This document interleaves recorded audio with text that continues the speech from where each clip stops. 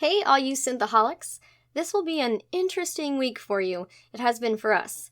We are still on our mission to probe the mind of Picard to get ready for the new series coming to us in 2020. And the next episodes on the list were The Best of Both Worlds, Part 1 and 2. Best of Both Worlds was discussed in episode 95 of the Synthaholics Podcast, and there is a special guest on the show, Scioli from Ominous Press. Please enjoy this look back into both the past of Picard and the Synthaholics. I found this in Ganarum. Me. What is it? Well, it's Synthaholics.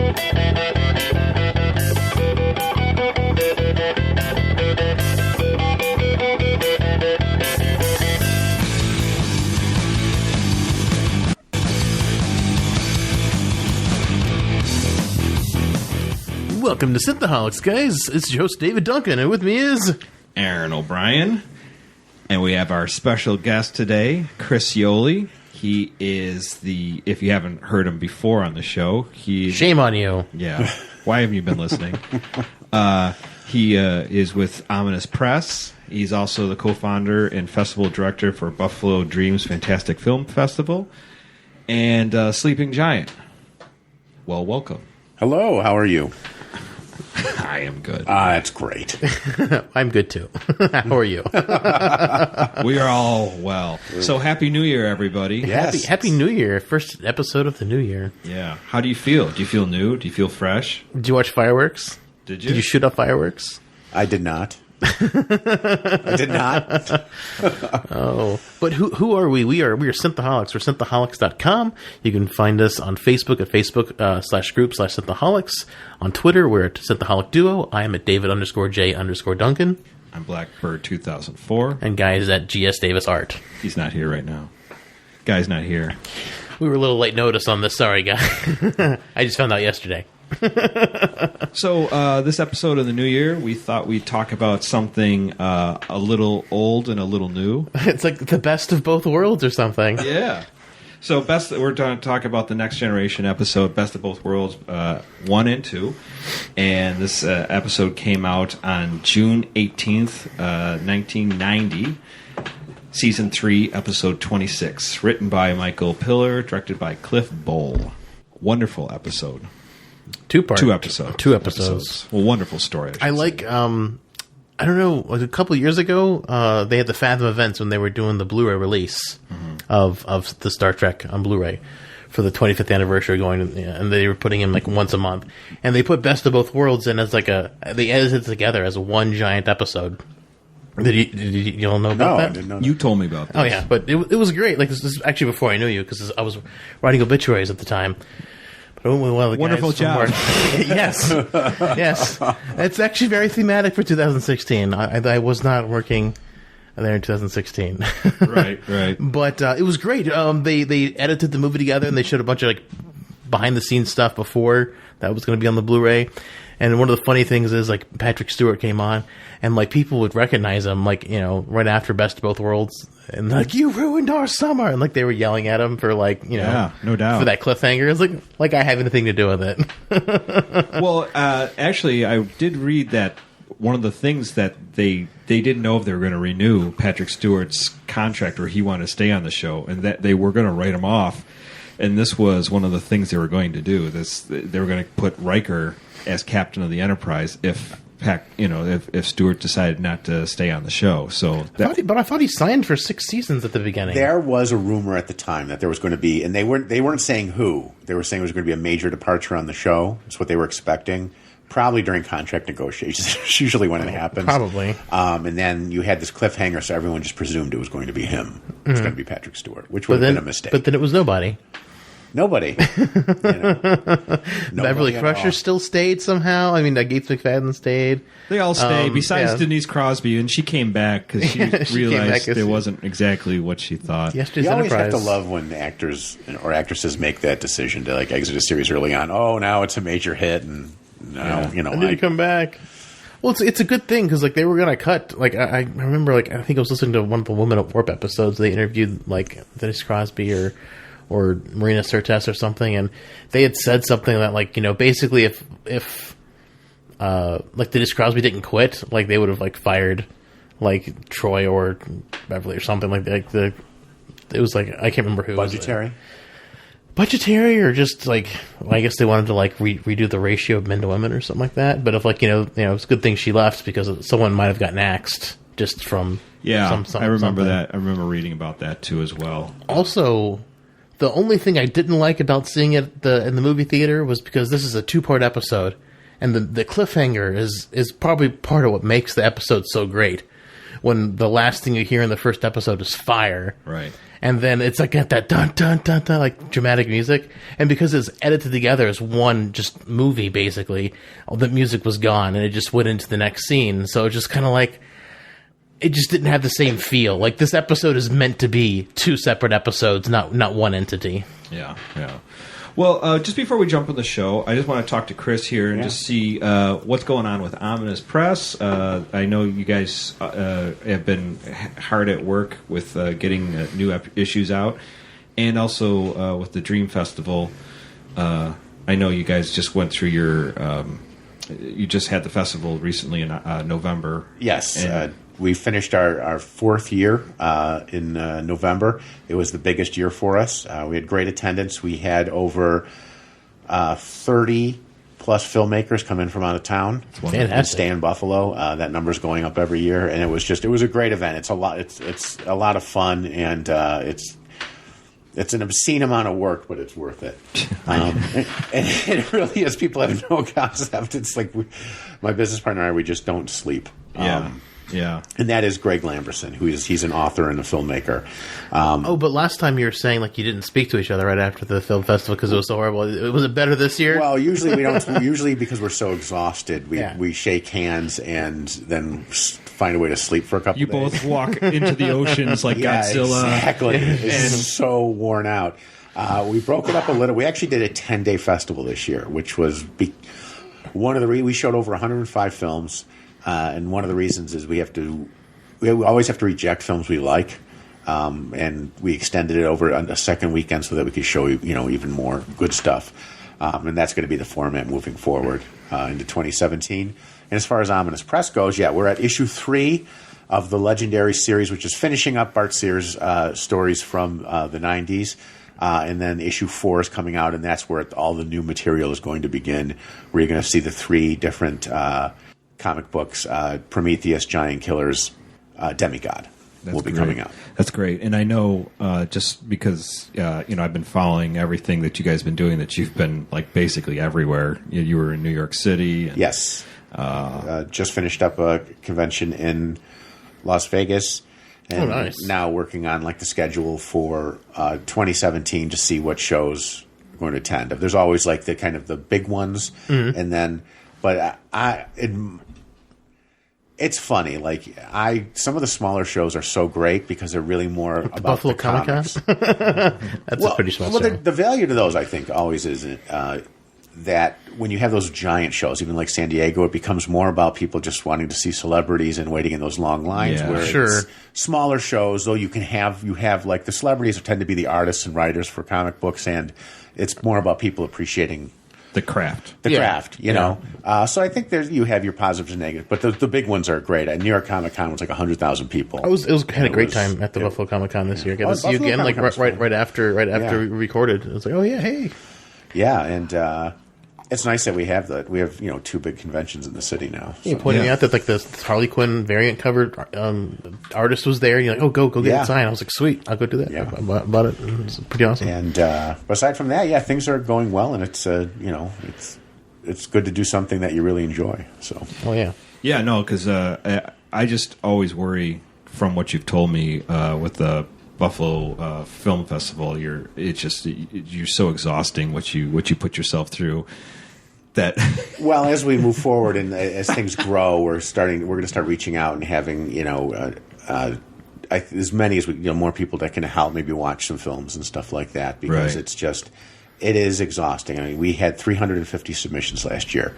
The only way to do that right is to watch. Now, mind you, a portion of those were screenplays. But we have to watch every single film, and sometimes you watch it more than once. So do the math.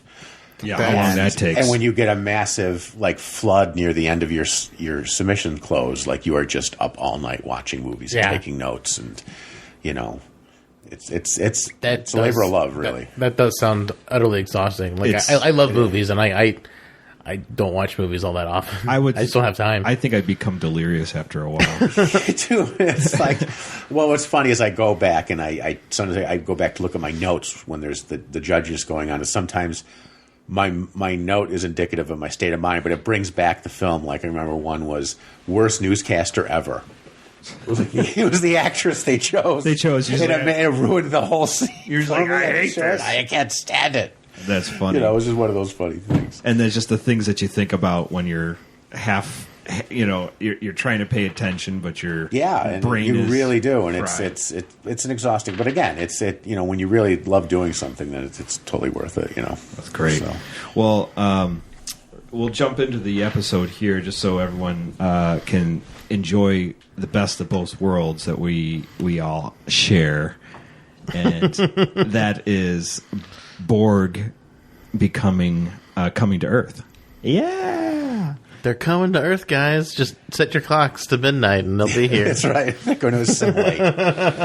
So the episode starts... Shoot off your fireworks. It'll be fine. Well, they shot off their fireworks at the New Providence colony. And unfortunately, the Borg came.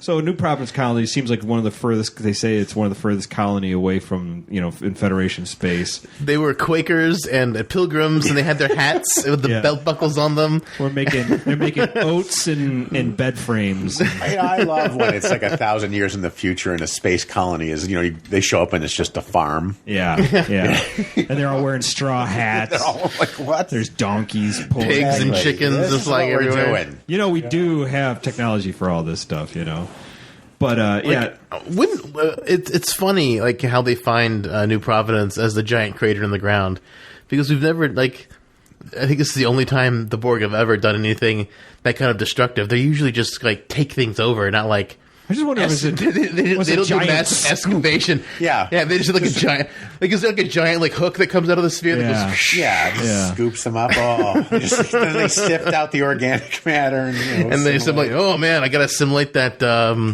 That space slug. Actually, that'd be hilarious if they had one of those giant sifting screens that archaeologists use. Yeah. They're like, where's the gold? Where's the gold? People and the rocks are left. Just dump them in the machine. So Riker, Data, and Worf and LaForge all go down to the planet. They find it's all scooped out and gone. Where are we in the right place? And couldn't they freaking they ask that question? You're in the middle of town. How come the middle of town is off to the side of town? Yeah, and how come their scanners just couldn't say there's a giant hole in the ground? Yeah. It's are you at the right coordinates? Last time I checked, the coordinates have X, Y, and Z axes. Yeah. I'm pretty sure. Yeah, if they were in the middle of town, they were they would have fallen. They would have fallen to their death if they were beamed to the correct coordinates. That would be amazing. I'd love to see that. I mean, if you could just scan for individual life forms on an entire planet, then you can pretty much see that the space larva, right? Oh, there's just a hole there. Well, that was the teaser, and you kind of got Borg's here. So the next after the commercial break.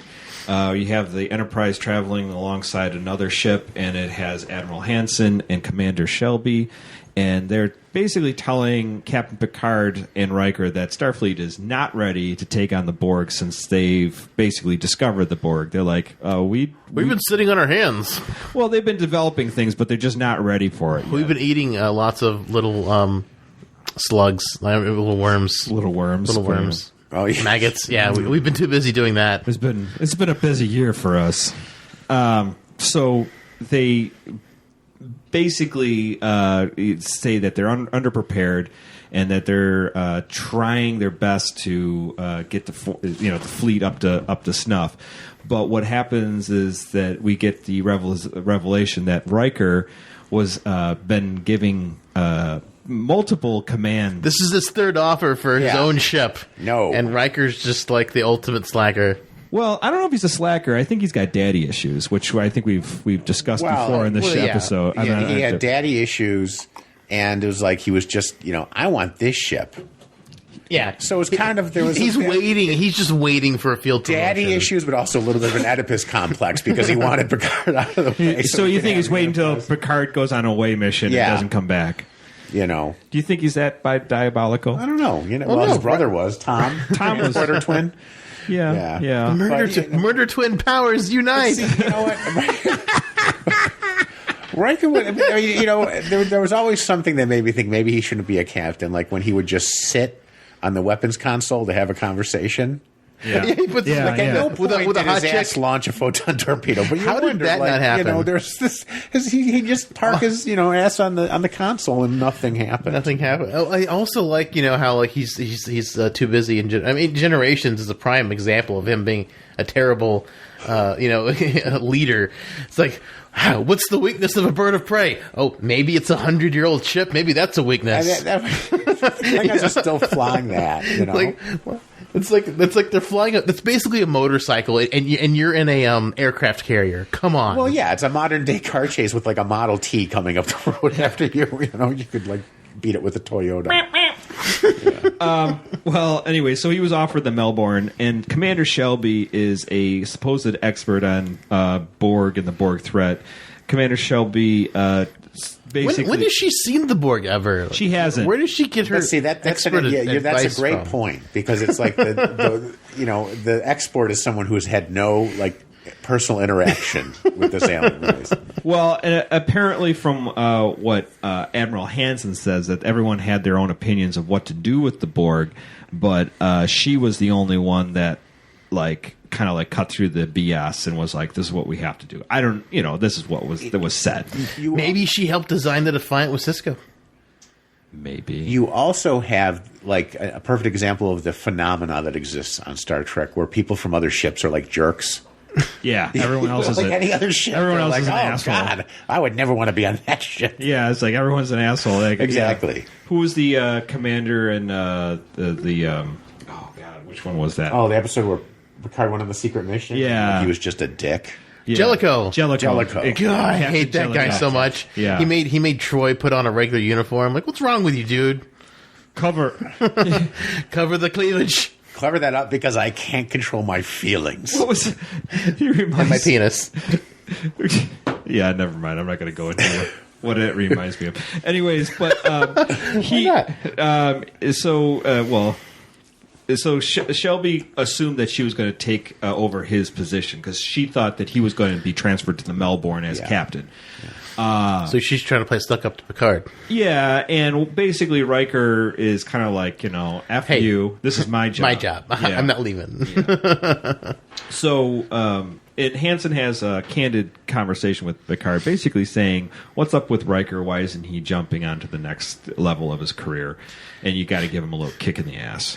Yeah, but Riker is very comfortable on the luxury casino ship of the Federation. He doesn't want to go to the station wagon of the Federation. No, he's become quite. Sometimes you see some of those other ships and they're just They look like they're from Kirk's era. They're also 100-year-old ships. Clearly they're still using a Reliant class. Yeah. And, or they have the one on occasion that would show up. It looks sort of like the Discovery from 2000. Sure, yeah. And they're still wearing the old uniforms from Wrath of Khan, so yeah. They haven't even upgraded their uniforms. The Excelsior is still yeah, how's the Excelsior whatever it is, 50 years later, 60 years later, still in play? That was the Enterprise B design. Really, you haven't recycled. You haven't there's nothing newer. Unfortunately, it just I'm sure there's been a couple updates. Unfortunately, it just comes down to the problem of Star Trek and budget. Star Trek's never been a big budget thing.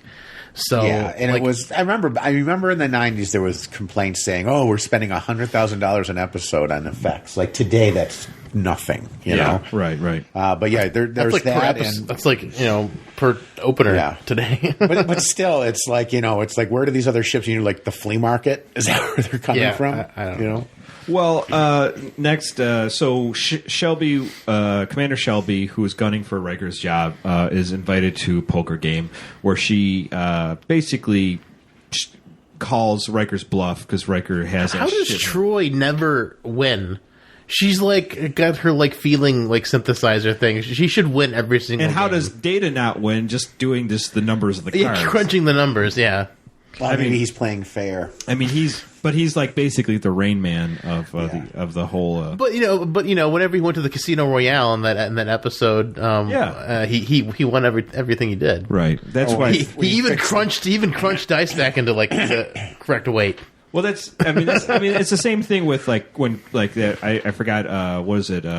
Where No Man's Gone Before, where Kirk beats Spock at 3D chess. It's like, no. It's just I know Kirk isn't dumb, but I don't think you could beat Spock. I'm sorry. You kind of needed him. Yeah. But anyways, so Shelby beats the pants off Riker, kind of showing him up. So after that, the next morning, they're supposed to go down to the colony, or what remains of the colony, to do some analyzing. Shelby basically jumps the gun, goes there an hour early with data to collect samples and everything like that. And, Riker's justifiably pissed that he, that she jumped the gun. His orders were subverted. It could have been dangerous down here. What, next to the giant hole? I might have fallen in. There's no rope. What samples and readings haven't you gotten already? You know? Why didn't you take them yesterday? Yeah, and why can't you go at night? From what we can tell, it was a very big scoop, potentially bigger than we originally thought. It's the biggest scoop we've ever seen. Instead of a giant bugle, we've got a giant scoop potato chip. A giant spoon. Giant spoon that went through. It's like the planet scooper instead of the planet killer. So, so basically there is sort of a...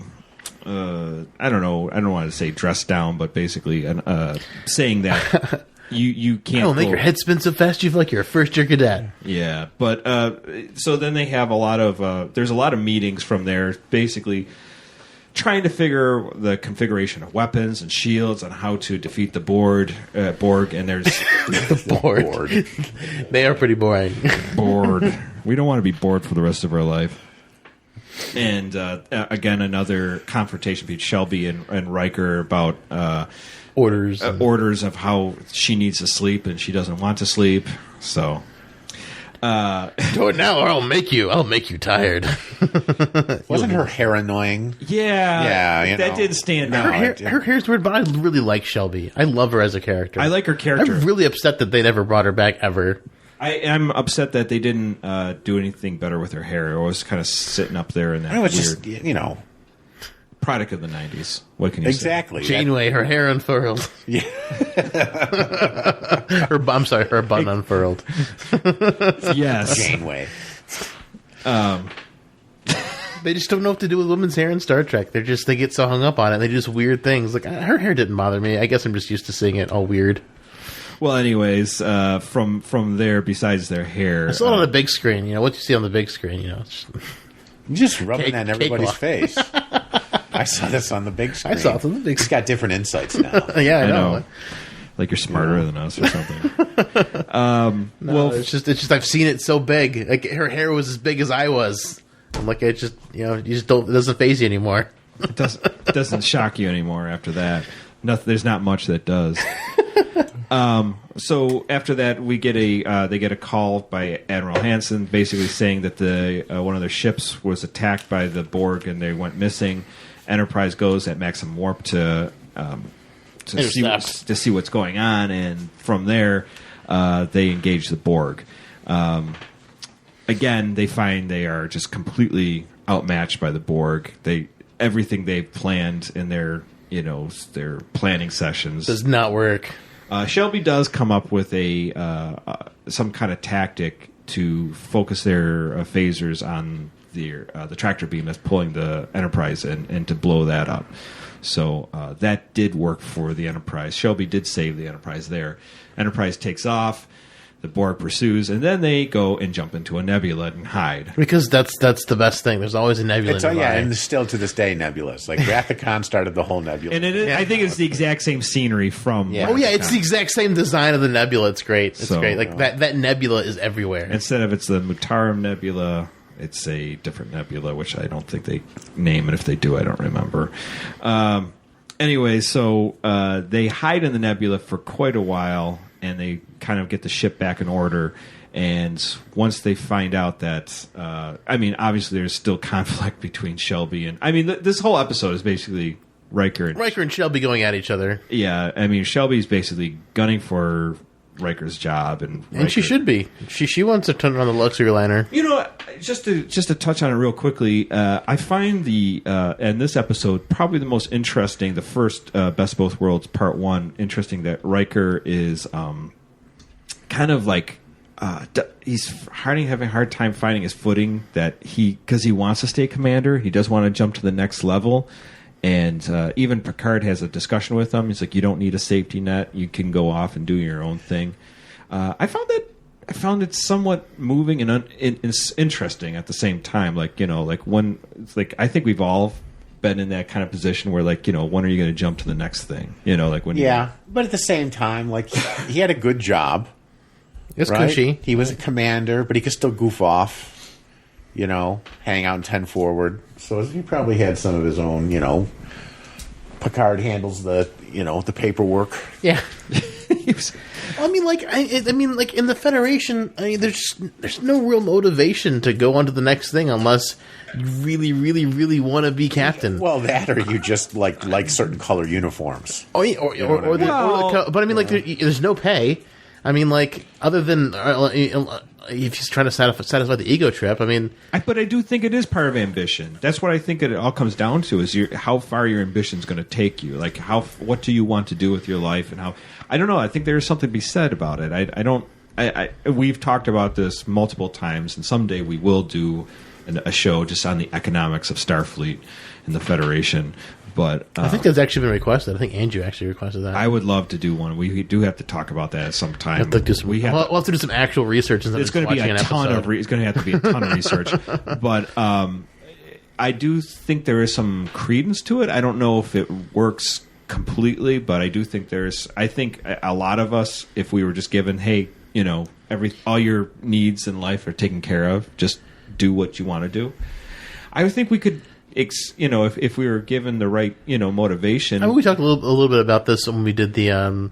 We talked with Guy, I know. Yeah, it was the Trump episode that we did. The Trump episode. No, the districts episode where Oh yeah, we talked about that a little bit, like how money, the Deep Space Nine, the two-parter with BC. yeah, Kid Rock of Deep Space Nine. Kid Rock. I can't remember right now. I'm sorry if it escapes me. But the concept of a future where it's more than your basic needs. It's not a matter of just your basic needs are taken care of. Pretty much all your needs, except for maybe like love and family. And stuff like that. It does come down all your basic physical needs. Right. You've got shelter, food. Well, the Maslow's hierarchy, basically, you're taking care of the basic needs, your food, shelter. And actually, physical and sex is taken care of too. In that you've got holodecks. So, like all of your standard like earthly life worries are taken away. So then it just becomes a matter of, what do I want to do with my life, and what do I care to? Do you want to just sit around, do nothing, or do you want to actually do something with your life? And I'm sure there's tons of people that do nothing, but there might be a good amount of people that do, move forward and do some amazing things.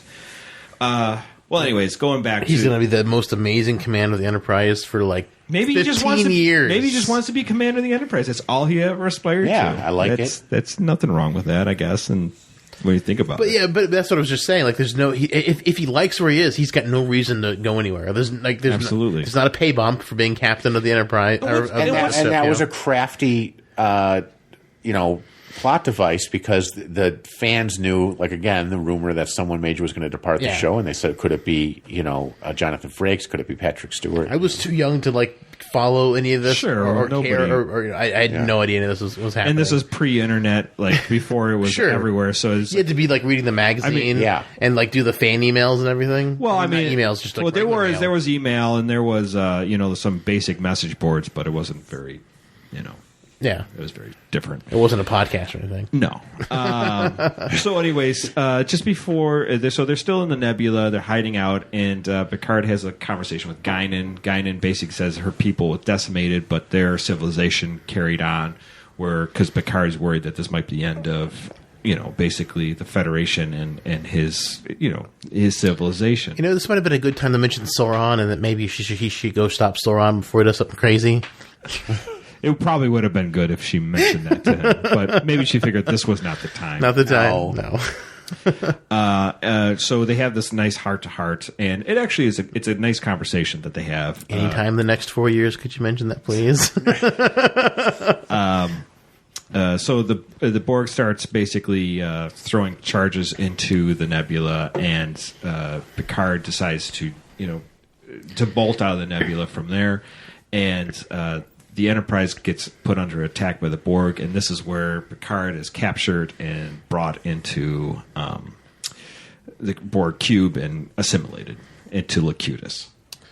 Yeah, they mount a rescue mission where Riker's like, I'm going to go save him, and Shelby, not Shelby, it's Troy. Troy's like, tells him, you're acting captain now. You cannot go. You can't go. It's like just like what you can't let. Picard and the look on his face, he's like, this is what I've been doing to Picard for years. Oh my god, this is the worst thing ever. Exactly. Is that the taste of shit in my mouth? Yeah. Oh great. Oh, it's Shelby shit. Shelby shit in my mouth. I can't do anything fun anymore. Yeah, all your fun is taken away. That's what the big chair. They're gonna walk up. Can you sign the channels? Oh, fine.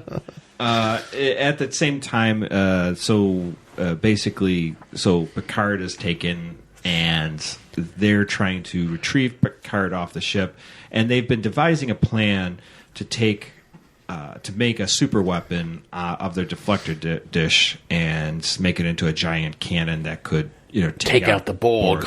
Basically, make a wave motion cannon on top of the deflector dish. Deflector dish. That was a Star Blazers reference, if anybody was interested. Anyways, there goes. They find Picard. Basically, he's assimilated. There's not much they can do. They have to basically get out of the ship because they're surrounded of the Borg ship. They're beamed off, and from there, Picard or Locutus contacts the Enterprise, saying that he's going to be the liaison between the humans and the Federation. You will service us. Yeah, and this is where Riker just decides, screw it, and he's going to fire.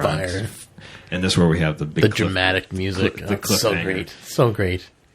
And it's great. It's a great way to end the season. Of course, like you said, it pissed off a lot of people. Oh, you didn't know, but it creates it's that great buzz where people that fans of the show are just going to talk about it all summer, all summer, and yeah. It's. I mean, I think it was rated like one of the best two-parters of television for all time, like top 50 of all time or something like that. It's like it's great. It's really. It was pretty amazing. It won a lot of awards. These two episodes. Right.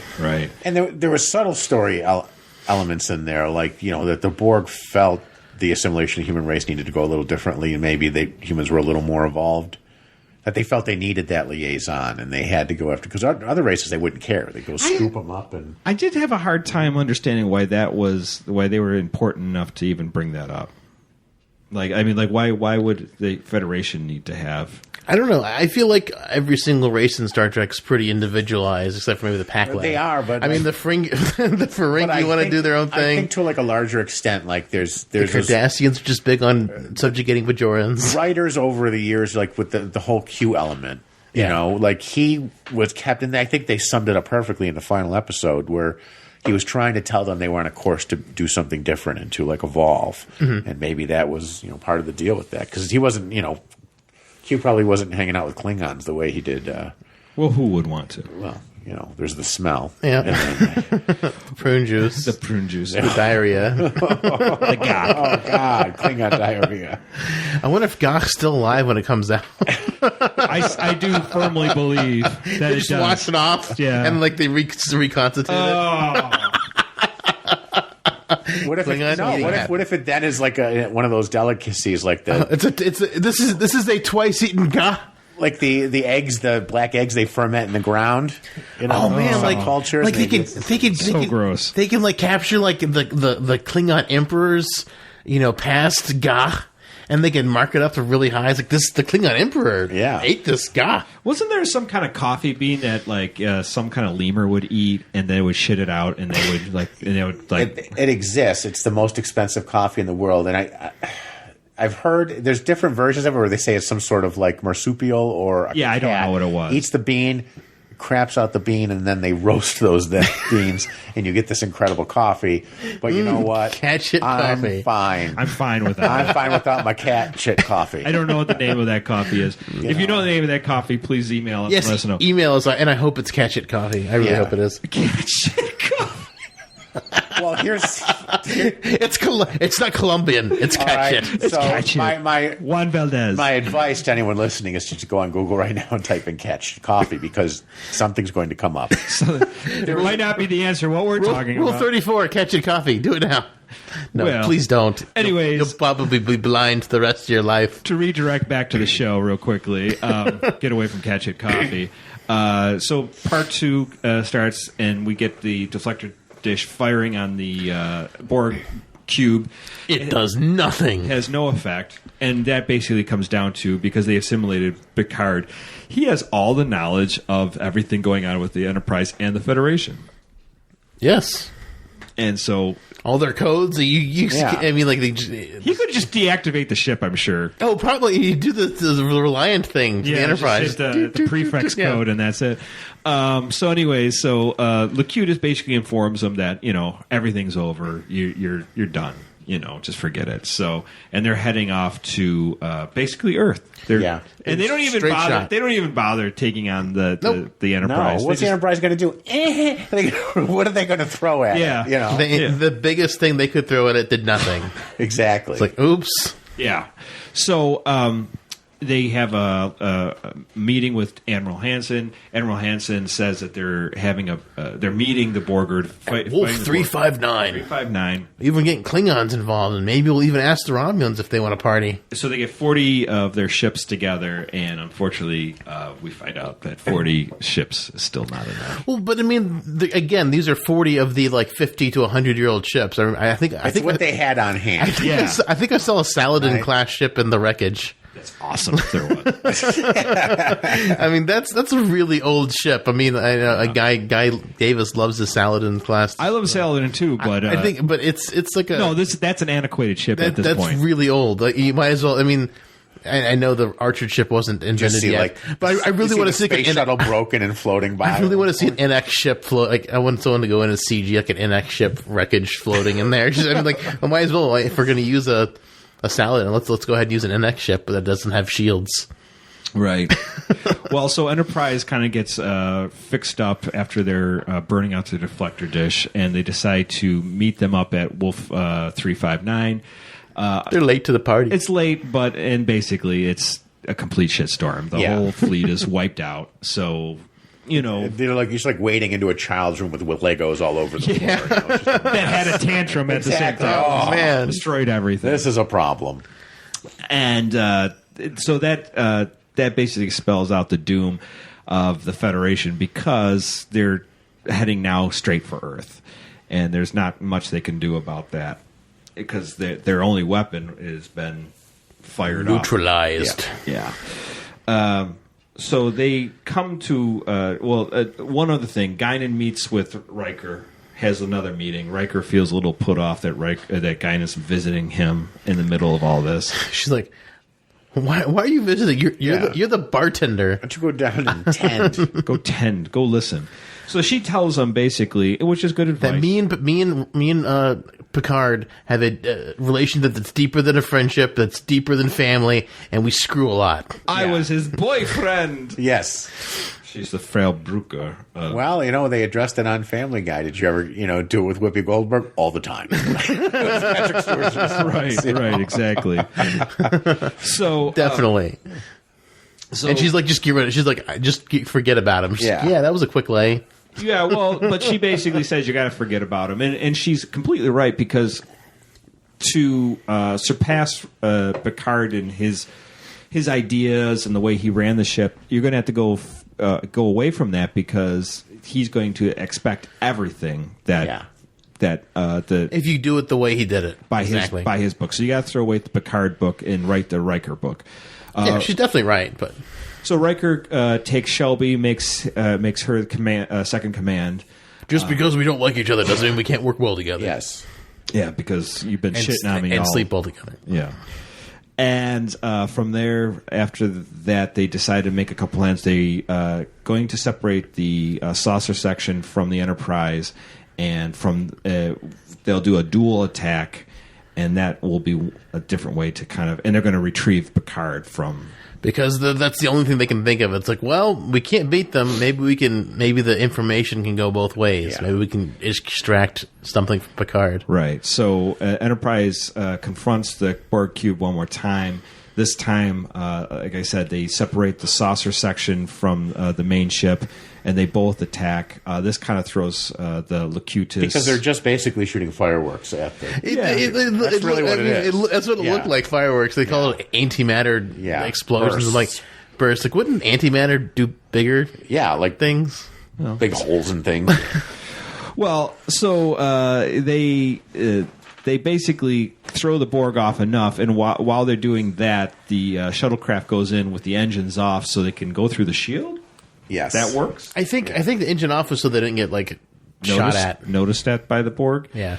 So they fly in with a Data and Worf. They retrieve Picard off the Borg ship. They kidnap him. Yeah, they kidnap him. He didn't want to leave. No, he liked it there. The food was great. Just standing up in this alcove. Oh my God, this gives me all my needs. Just pure energy, just beamed right into the gut.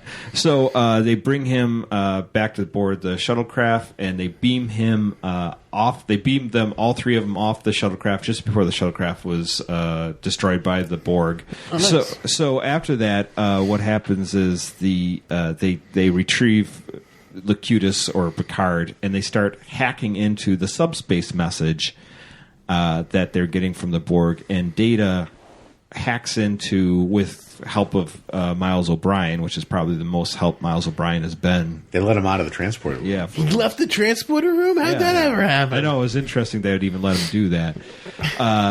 And meanwhile, the Borg cube is flying right towards Earth, ready to hack Earth completely up and assimilate everybody.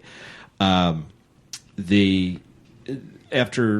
kind of a prolonged way of trying to figure out what the Borg command divisions are and what they can do, and Data's kind of hacking into their system Through Picard. Through Picard, Picard kind of comes through, and they were able to communicate with actual Picard and not the Borg side of him being Locutus. And he gives him suggestion to sleep. And just before they, he must be so tired. Oh my goodness! Oh my God! I think I should rest and nuzzle him. Shut up, Beverly. So useless. So shut up, Beverly. Nuzzle him in my bosom. Why don't you go put another rainbow outfit on your son and send him up to the bridge? So you need to clean his rainbow underwear too. And that'd be awesome if he wore rainbow underwear. So just at that point, Riker's ready to ram the ship right into the Borg cube because they're out of options, and Data implements the sleep command and puts all the Borg to sleep. They beam aboard. They do find they're all asleep, but the ship's on some kind of overload, and it's going to self-destruct, and it does self-destruct. I can't believe a Borg ship would have self-destruct in it. It must be some kind of sequence that if they knew that. I think it was they can call it whatever sci-fi term they want, some sort of feedback thing that was happening. Feedback loop, yeah. Blowing up the cube. Well, so... Let's interrupt it. Let's study the Borg. Nah. We will never be bothered by them. Well, I don't again. know if they'd had enough time to figure it out. I guess they could have if they really wanted. We will never be bothered by them again. We won't. We will take this They'll golden never be a opportunity. problem. We've clearly blown up their only scoop. They'll never come back. Never come back. So, and from there, the Borg cube is destroyed. Obviously, Picard is free from their control. They remove the implants off Picard, and Shelby goes on her way, and they're going to rebuild the fleet. Riker decides he's staying. And 1 year, they're going to rebuild the fleet. You're going to build probably another 100-year-old ships. We'll rebuild all these 100-year-old Well, ships. I kind of see it. It's got to be, well, hopefully they're not the 100-year-old ships. Yeah. Let's get that salad into that Constitution and the NX class back. Let's do it. Let's change that up a little bit. But and then so it wraps up from there, and you have a little moment at the very end where you can tell that Picard was extremely disturbed by the experience he went through. Well, and they addressed that, of course, when he went to visit his brother. In the very next episode, Family, which Family is an amazing episode. Yeah, it's an amazing episode. Yeah, absolutely. And it was good enough where they carried it over into First Contact, where they showed they were able, because they had a budget to show like the depth of like the damage that was done to him on a psychological. It was fantastic. I love and it's such a weird episode. Like they're barely on the ship at all. It's just in France, with his asshole brother, a bunch of mud wrestling men. I enjoyed that episode a lot, but I love it. It's a great episode. But so that the 2 episodes wrap up there. This is probably one of the high watermarks of Next Generation. Of course, this is just awesome. The writing's great, the acting's fun. Shelby's hair's stunning. Spaceships, many spaceships blowing up and. Nebulas, and I always go back to like the brilliance of like the design of the Borg ship, because it's so like there's nothing fancy about it. It's so boring. It's efficient. It is apparently somehow. Not even engines you can see. There's not even like multiple like phaser or weapons banks. There's just one beam that's just shoots out. This is all we need. We only need this. Yeah. Well. Now that we kind of just recapped it, Chris, since you're a guest, obviously this is, I said this is a high watermark of Next Generation. Yeah. What are some of your thoughts and feelings about this episode? Anything that stands out or anything you like to comment about? I thought this was where they were moving into that whole strain where, once Roddenberry didn't have as much influence on the show anymore, where they were really going into that whole thing where they were taking time to develop all the characters and give them real stories and I mean, this was great. It had all the elements you'd want from like a movie. You have this, kind of clearly defined villain. It does feel very much like a movie. Even like the way some of the shots are done, like they're done a little bit differently. It could have been a movie. Yeah. And it was fun, and it was, if you were a fan of the show, and I was a big fan of Next Generation, like that cliffhanger like was, you didn't want to wait at all. You wanted it to everything to be okay. Yeah. You just make it okay. Yeah, just please. I remember being shocked as a kid for sure. And they answered some questions, because people would start asking that if you have like a brain, like, well, why doesn't Riker have his own ship? He's been doing this for a while. Right. So they gave you time to like really address all the characters, and everybody got some of their own time. For sure. But I mean, like then again, Sulu was on the Enterprise for like 30 years before you got this Excelsior. Yeah, he did. And all the because he demanded it. And he demanded it for that movie, that he be a captain. And the strange thing is, he didn't want to be in the same room with William Shatner. Chekhov and everyone else are still in the same positions. They've never moved on. Uhura's still doing her. Like, why isn't her like captain of her own ship by the now? She's just got the the Bluetooth in her ear. Yeah, she's addicted to that Bluetooth. But yeah, I do remember back in the 90s this being so, well, I guess it was the end of the 90s, or end of the 80s, but it was so like, wow, what the hell is going on? And they, even when they had the dramatic thing where he was going to fire on the Borg and destroy his own captain and everything, and it just didn't work. It didn't even make a spark. Right? It just had no impact. So I thought it was good, and especially as far as character development, it gave this haunting thing to Picard to use later, and like when they encountered the Borg later on, like people had that just kind of pure wartime hatred. Towards their enemy. When people were like, they're people. Now they all have to die. Kill them all. My response to that threat was to go to one of the old, you know how they have those Starship depots they've showed a couple of times. Mm-hmm. They still have the Doomsday Machine from the original series. We just talked about that. They do. Right? They still have it. They've had time to study it. You just turn that on. It's funny you would bring this up. And point it towards not just the Borg ship, but that entire quadrant, and then you go to bed. Just let it go. Let them mess with that thing for a while. We talked about the Doomsday Machine last episode, and there's actually a book called Before Dishonor. It takes place after the last Next Gen movie, but basically it involves Spock, 7 of 9, and the Planet Killer, and the Borg are invading again. So like they go and they try to reactivate like 7 of 9, and Spock try to figure out how to turn the Planet Killer back on so they can use it to fight the Borg. Like it's hilarious that you mentioned that because we literally talked about that last time. You turn it on, I would think after. What is the time difference between original series and Next Generation? It's close to 100 years, right? 70. All right, because 67 years, Bones is still alive. Yeah, because you see him in the. You've had time to work on that thing. You don't just park it and leave it. Thank God it's turned off. Right, you've got teams on it. You know how to focus that baby. Yeah, in the book, it's like in a museum right next to the NX-01 or something like that. It's hilarious. See, that's just poor planning. Yeah, they should have been people studying that. It's like this is the ship Decker flew into, and you see Thomas Decker standing out and looking out and look at it. It's like I'm going to be like my daddy. It's one like day. Finding the Death Star just floating empty in some quadrant. And saying, let's just park it and make it an artificial moon for someone. Yeah, let's just leave it there, an amusement park. Yeah, it could be a good tidal shift mechanism for indoor or whatever. Something like that. But it's a moon for a moon. Yeah, a moon for a moon, exactly. Well, Dave, I know this was one of your top 10 of Star Trek episodes. Yes. So, do you want to kind of jizz all over this or what? It was good. He really leaned in when he said that. There you go. Yeah, I just had to finish all over the microphone. I'm sorry, guys. He's smoking a cigarette now.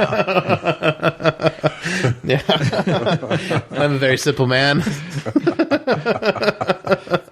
No, but it's great. I mean, it's great for all the reasons I mentioned, and getting to see it on the big screen was amazing, and the high definition. The torpedo bay is on the Enterprise. Yeah. It says Enterprise underneath that, but on back on the day, it just looked like a black line. But you could read it as clear as day. That's interesting that they must have gone through and done some sort of because that was all standard definition, when it was shot back then. It was standard definition, but the detail was built into the ship all along. They even made a little animation about the people walking in the background. It looks like Beavis and Butthead. It's crappy animation, but it's just enough to make it look like there's people moving in the lounge behind the bridge. Huh. That's also on there. If you watch it on Blu-ray and stuff like that, you can see it now on regular TV if you got if you got the Blu-rays. It's pretty amazing. Just learning all the stuff about it from the movie theater and actually owning them on the Blu-ray now. Keep throwing that movie theater out there against us. I used to love watching the behind the scenes when they had the one little scuttlebutt ship, the nacelles were like Bic razors, disposable razors, and they glued on. Right. They dressed it up well. Just like Qui-Gon's communicator. His communicator was a woman's razor. Yeah. Yeah. Oh my God. He liked his woman's There's a problem shaved. with that stuff is you can't get away with it. Like filmmaking now, if you shoot in high def, you can't really get away with that stuff anymore because it's so crystal clear. Oh, yeah. Back then, it was it was sort of blurry enough where you could, Right. Well, they painted it and put some greebles on it to make it look a little bit different. But took off the razor part, but there was the handle part of the razor was pretty funny. Well, besides that, anything else you want to throw out it's there? just like you said, it's amazing. It feels like a movie. It doesn't feel like a regular episode of TV. Everything is shot just a little bit differently this episode, I think. You get one of the earliest Geordie Power roles when they have to shut down the engineering. The Geordie Power Hour. Geordie Power Hour. Reading Rainbow. That's right. Everybody got a power hour, even the character you didn't care about. You gotta roll through the doors, even though you got enough time to walk underneath it. Yeah. It makes it look better that way. Oh my God. I don't know. It's just one of those fantastic episodes. It's got the Borg. The Borg are always a fantastic enemy. Although it's weird to see how much they've changed from the first episode where they have Borg babies in a drawer to this episode where they scoop up things, and then to the movie where they don't even scoop things up. They just turn everything into Borg. They turn the cities into Borg and everything. An answer to the babies in the incubators. That it was when they assimilate a species and they take children. Right. They just put them in those maturation chambers until they're big enough to be used as regular Borg. That's what I thought it was much more creepy that they were growing babies. Right. Let's make them babies bigger.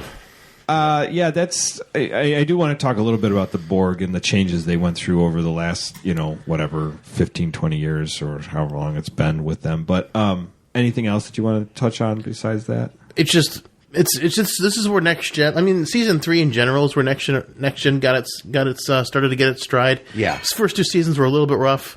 But this is where Next Gen just took it to 10. Yeah, it shoots it right out. Yeah, and it stayed at 10 until season 7 where they started doing weird things again. Well, it's I think that you get to a point where the show had enough success where the writers had had some comfort. Could be, I think, do some of the things they wanted to do a little bit more. And it had a true, like, you know, like kind of an epic feel to it, a real cinematic feel to it. And it was a show, I think, coming into its own and doing like dramatic. It was 2 hours, right? It was basically a movie. I thought it was great. Well, and then I think we talked about a couple months ago when we talked about Unification Part 1 and 2 for Next Gen. That's obviously when Roddenberry passed away. He must have been getting to an age where he was not going to be showing up as much or not as... because this is like a year or so before that. Yeah. Like maybe 2 at the most. Maybe 2, yeah. And I think that that might have touched on it, that he wasn't around or he didn't have much of as... He wasn't as involved. I don't know the exact time. A couple years ago, like I thought he died before they did this episode because it just was so dark compared to what Roddenberry normally did. I don't know if you've ever watched it. His son did a documentary. Did you see that? That was fantastic. It was really Trick good. Nation, but very well done. One where they did address like when he was kind of, let's be honest, like pushed aside on the show, but it was because he felt like he was in charge of some, you know, like mission from God, because of what the fans have just kind of convinced him of over the years. Right. Where like the great bird of the universe. None of the whole characters thing. could have interpersonal conflict. He really he wanted this whole like kind of. It was just one unit, all these people working together on a ship. He didn't let them do individual character development as much, which look, it came from somewhere. But thankfully, in time, once like that level of influence was taken off or that control they were allowed, you have to have character development in a show. Yeah, for sure. And Best of Both Worlds really gave you a lot of that. It gave a lot of depth, just characters that might not have fully had it. Right. Yeah, and like before the show, we're talking about. You said like they kind of like got rid of all of that stuff with Deep Space Nine, but it was almost great because it was freeing stories. Yeah, so freeing, and exactly. Storytelling was just so amazing what they could do when they were freed from some of those shackles. I do recall distinctly that because my father was a Star Trek fan, maybe not as rabid as I am, but he did enjoy Star Trek. And when the Borg came aboard as a villain, he kind of felt that it was like, this is like getting a little too weird for Star Trek. And I do think it took a weird turn. I think it's just the complete faithlessness of the Borg, and this is where I want to talk about the Borg in their changing roles. Like at first, they were just a complete collective of a faceless collective of races and technology, kind of like put together. And when we got First Contact, which is an amazing film, I love the film, but the Borg Queen, I kind of feel takes away from that. I kind of feel it gives it more of like now it's an ant colony. But I think the Borg Queen, I like what the Borg Queen did. The Borg Queen gave the Locutus thing like a reason. Like I like that because it didn't, like you were saying earlier, it didn't make sense that they all of a sudden wanted to make a liaison. Like why would it makes more sense that the Queen wanted an equal than that they just randomly gave the humans a liaison. I think what you got a sense of is that the human race as a whole wasn't something that could be easily assimilated by them. Maybe just too much independence. Mm-hmm. It could create a problem. But the Borg Queen, that is Aaron, that's like a very common thing. That fans had a backlash against the Queen.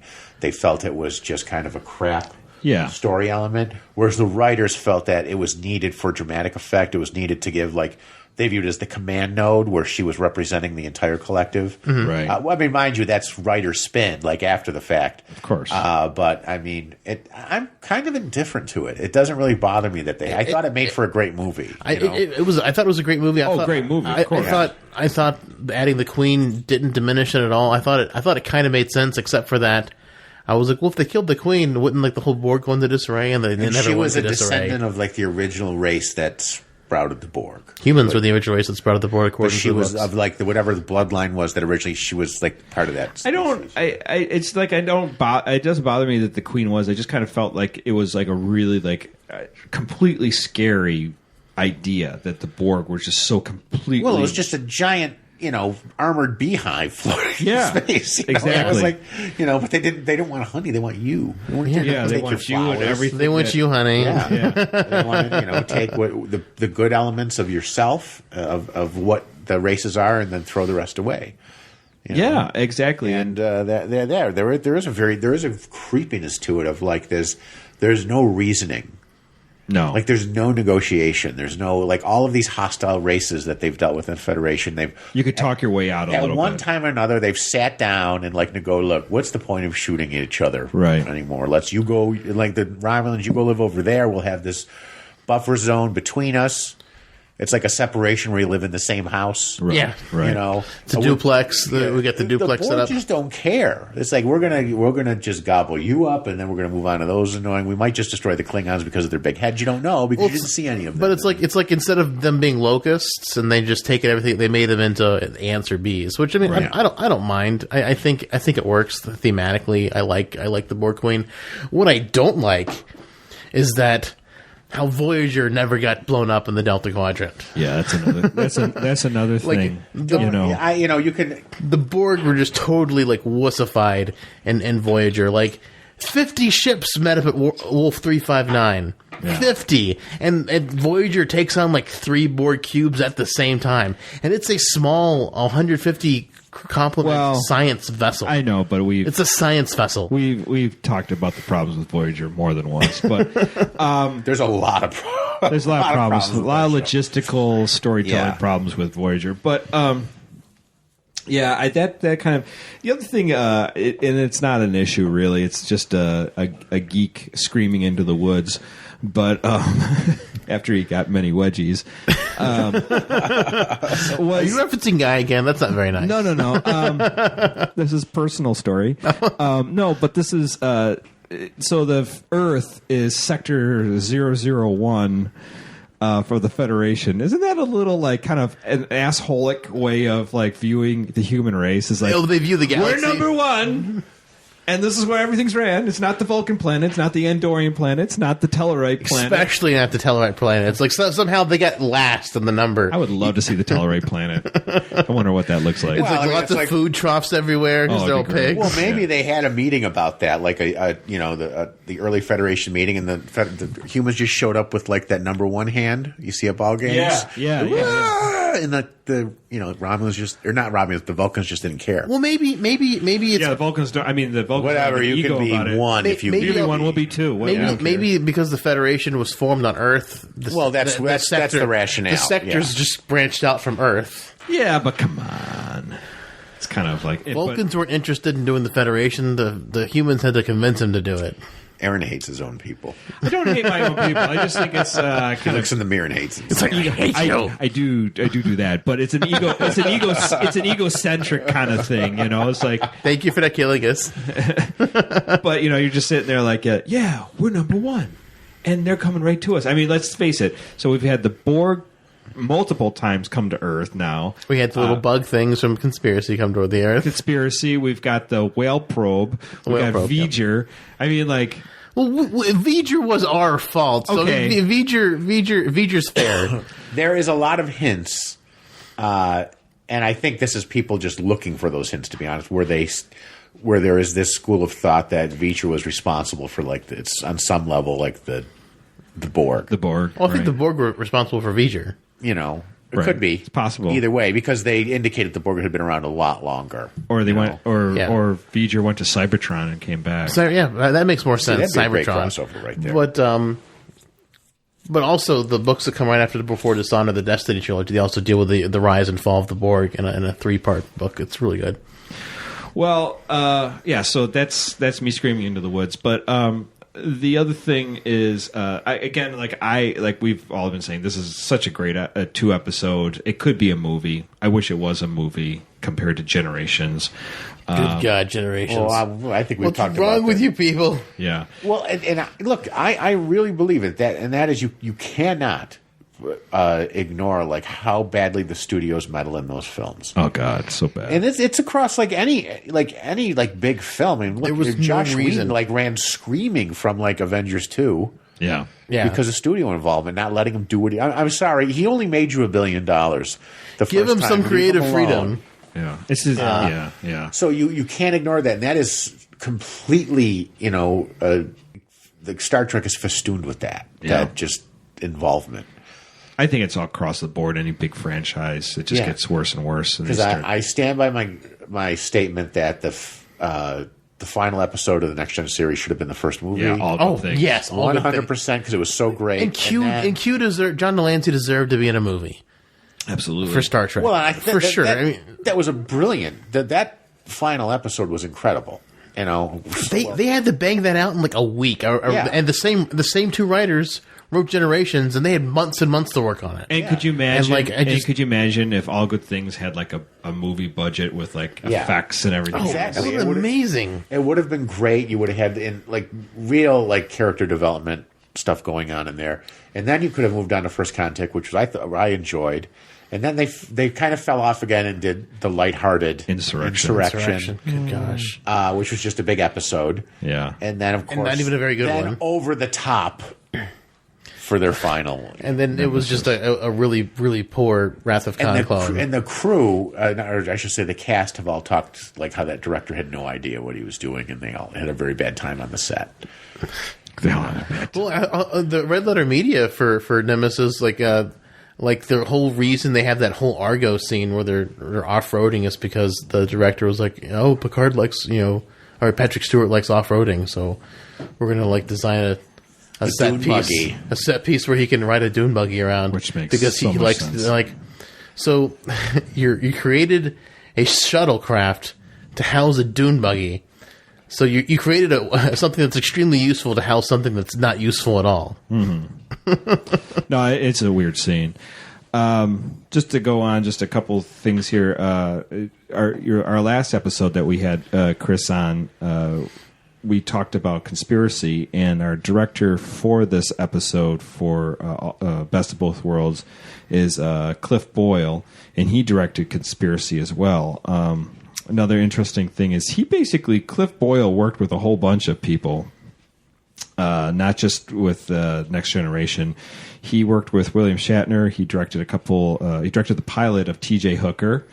So there nice. You go. He also directed lots of episodes of The $6 Million Man, Baywatch, MacGyver, The X-Files. How come we didn't get any Baywatch stuff happening in this episode? I know. He was Deanna Troi running in slow motion. He also works with Avery Brooks for Spencer for Hire.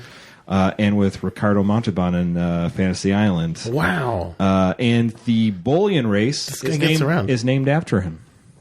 Nice. So he's big and Cliff blue. Boyle. And everyone says he was nice, but Will Wheaton says that he kind of treated him shitty on the set because he was always just kind of just grabbing him, like literally physically grabbing him and putting him in place in the scene. Like, okay, you stand right here. He didn't think Will Wheaton could act. Also, some people still don't think he can act, but I mean, I love Will Wheaton as a person. He's a great geek, and I love his tabletop show. I mean, if you see Stand By Me, it's not a bad movie. Come on, I've never seen it. We have a Will Wheaton defender. What's that? Will Wheaton was. I mean, the way they had to write him off the show by making him a space wizard. You're a wizard, Harry. Oh, so special. Well, the Traveler in the first season told him that I've got to molest you one day, but I got to wait till you're older before it's legal. Do you want one finger or all three? And then I can take you around the galaxy and show you how to do it. Just wait till I start phasing you. We'll phase into each other. It's kind of like Odo, but he would just show up. He's like, "How old are you now?" Oh, I gotta wait to come. I'll be back. I'll be back. Yeah. I'll be back on your 18th He's very birthday. special. And the thing is, it's almost sort of implied that he's got to be related to the Traveler to have I never quite knocked out his mom. We should talk about that sometime. Get into the Will Wheaton Traveler, cross connection. So how was he a Traveler if his dad was, Mr. Crusher? So I'm pretty sure his dad wasn't really Mr. Crusher. Yeah, exactly. He was, Pretty sure the Traveler traveled. Oh, maybe it was that ghost thing that molested in Sub Rosa. Is the ghost thing also a maybe it's a Traveler that's molesting Beverly. Beverly's family, yeah. And maybe he molested her and gave her his seed. I don't think she didn't get obsessed with him. And he would be sort of like the Anakin Skywalker of the Star Trek universe. Oh, creepy. You might actually pick Hayden Christensen over that. Oh, God. No, I don't. No. I don't think I'd still pick him. I'd just I don't know. I mean, you're talking about Wesley Crusher here. Well, the thing is that we've got on. They're both pretty whiny. We've done They should have a whine off. Yeah, they did, but we've talked because we've covered now, Chris. We've covered episode 1, 2, and 3 of the prequels of Star Wars. Oh, really? Okay. And we've just basically discovered how much we do not like Hayden Christensen in those movies. You know what? Can we talk about that? Sure, we Go can ahead. talk Okay, so I've had a lot of thoughts. So one thing, especially with the new movies, and I'm a George Lucas defender in this respect, in that he is actually, there's a lot of subtlety to his storytelling that unless you're really paying attention doesn't come out. Now that's a fault in him as a director. It's so subtle, like Yeah. it's ridiculous how subtle. Like, in a way, he's pseudo genius, but he's so pseudo genius he doesn't explain say to the you where it's coming from. That's because the fundamental problem is he's so enamored with nowadays the effects and this and like the green screen and everything like that he wasn't directing actors, and that's a problem. Well, he didn't even direct And actors back in American Graffiti. Well, yeah, but if you go back to he only did the first movie, right? And Right. then he had other Yeah. directors Then he come walked on and away, do yeah. 2 and 3. Look, David Lynch was supposed to direct Return of the Jedi. That would have been amazing. So weird. And Lynch, I'm a huge David Lynch fan, but he turned it down because he was gonna do Dune. Well, what he said was it would be my movie, not yours. Right. Is what he said to Lucas. Yeah, But I think it would be a crazy movie. Oh my You know? that would have God, been amazing. So strange. Job of but the I Hut, mean- the Job of the Hut scene would have been bonkers. So then you have him Laura directing, Palmer walks through. Yeah. You have him walking or directing these prequel movies, and there's no one. He's at a level where there's no one saying, "Hey, you should stop. Yes. This is bad." Like no one's telling him what to do. He's writing all the dialogue, and it's awful. That's what we were saying. Like, Yeah, this is he my, had no one to My challenge comparison is the Paul McCartney. You don't have a John Lennon say that song sucks. Yeah, no, just sing it. Just sing it. Get a Yeah. ukulele. You Yeah, know, yeah. I'm doing this. Yeah. And it really is that. And I do have respect. Like the first movie is annoying. And I'll tell you how I would have fixed it. Let me give you my fan review. Sure. I would have. I'm literally in pain. You just talking about. I would have had Anakin be older, not a child. him. Yes, Right. not played by Hayden Christensen. Exactly. And one thing I would do is I would probably have him. This sounds stupid, but I would probably have him be older, angry, of course. I would have had him be black hair with blue eyes, and I would have had Padme be blonde hair with brown eyes, so that when the children came out, they were a proper mix of both parents. It's so strange that you brought that up.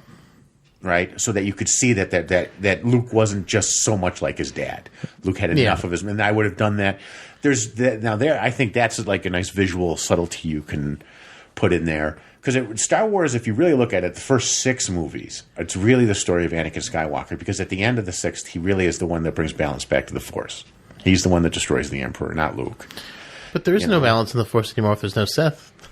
Well, but the other side of it is Well, I think if you read after that, like, you know, Luke wasn't as rigid and so dickish as... Because if you really watch those movies, what you see is the Jedi had become flawed. yeah, they've been so entrenched. They're basically entrenched. Riker and his command position not wanting Like, to. I've had to talk about this. Had Qui-Gon not died, and he was Anakin's master, what you probably would have seen is like, all right, this kid's got a problem. I'm going to take him to, like, you know, the space brothel, get him laid. Qui-Gon probably would have done that. I'm going to get it out of the system. The kid is obsessed with his mother, and they just want to keep him from his mother. well, and We'll get him some really hot MILFs. You know, it'll be cool. I'm Twi'leks. just saying, like, those are probably some of the things that might have happened behind the scenes. But like Dave always brings out, and I think it was a great idea, is that the prequels should have focused more on Obi-Wan, Well, they were meant to. It was. because I think it would have been a stronger story. Let me tell you something. If it had happened the way it was supposed to focus on Obi-Wan. They even had some, what do you call it, production art put forward where the Jedi had a more almost samurai look to them. That would have been. That would have been cool. Yeah, because they were older, you know, and that it was supposed to be Obi-Wan, and the actor that desperately wanted the role was Kenneth Branagh, and I thought he would have done. Oh, wow. He would have been an incredible Obi-Wan Kenobi, because he Kenneth was obsessed Branagh? with Alec Guinness. You know what I mean? Oh, yeah. So, but A little old, though. well, yeah, but it doesn't make sense, because I mean, Ewan McGregor's a young guy, and like by the time they get to like A New Hope, he's, you know, in his 70s, sitting in the desert. But I mean, he did look kind of old. I mean, they aged him pretty well. They had to for the movies. In Revenge of the Sith. I They just made think him- it would have made more sense to have him be older, and you know. But I'll be honest, I really like the Qui-Gon character. I just thought the movies it was, you know, a masturbatory fantasy of CGI. Yeah. and was less focused on stories and acting. Because look, Natalie Portman's a great actress. So is Liam Neeson. But you watch those movies. Well, he can.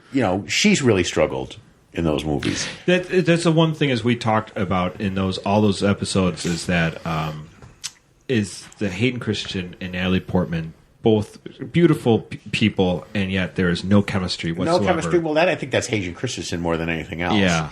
And because the subtlety in the story is, you see the Emperor who's so powerful that he can hang out with the Jedi and they have no idea that he's there. Right.